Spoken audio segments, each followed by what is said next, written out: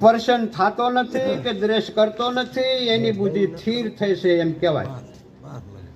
જેવી રીતે કાચબો બધી બાજુથી પોતાના અંગોને જેમ સંકોરી લે છે, એમ જ્યારે આ પુરુષ ઇન્દ્રિયોને સર્વે પ્રકારે ખેંચી લે ત્યારે તેની બુદ્ધિ સ્થિર બુદ્ધિ થઈ કહેવાય.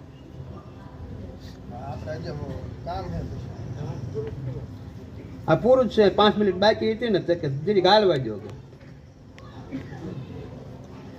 એટલે હે અર્જુન, મન સહિત ઇન્દ્રિયોને વશમાં કરી મારા પરાયણ ન થવાથી મન વડે વિષયોનું ચિંતન થાય છે, અને વિષયોનું ચિંતન કરનારા પુરુષ એ વિષયોમાં આશ્રિત રાખીને જન્મે છે ને મરે છે.